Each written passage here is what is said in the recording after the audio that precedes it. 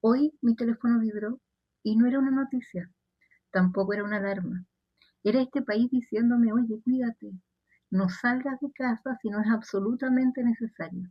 Está lloviendo y no camines por lugares en donde te puedan caer cosas que arrastre el viento, porque está soplando con fuerza. Yo, latina, acostumbrada a que cada quien se arregle sola, me quedé quieta unos segundos. No sentí miedo, sentí algo raro, una calidez suave, como cuando alguien de tu familia te alcanza una chaqueta sin que tú se la pidas.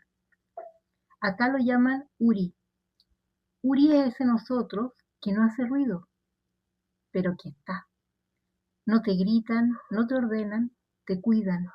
Y por primera vez desde que llegué a Corea, no me sentí extranjera, me sentí incluida, como parte de algo que silenciosamente también cuida por mí.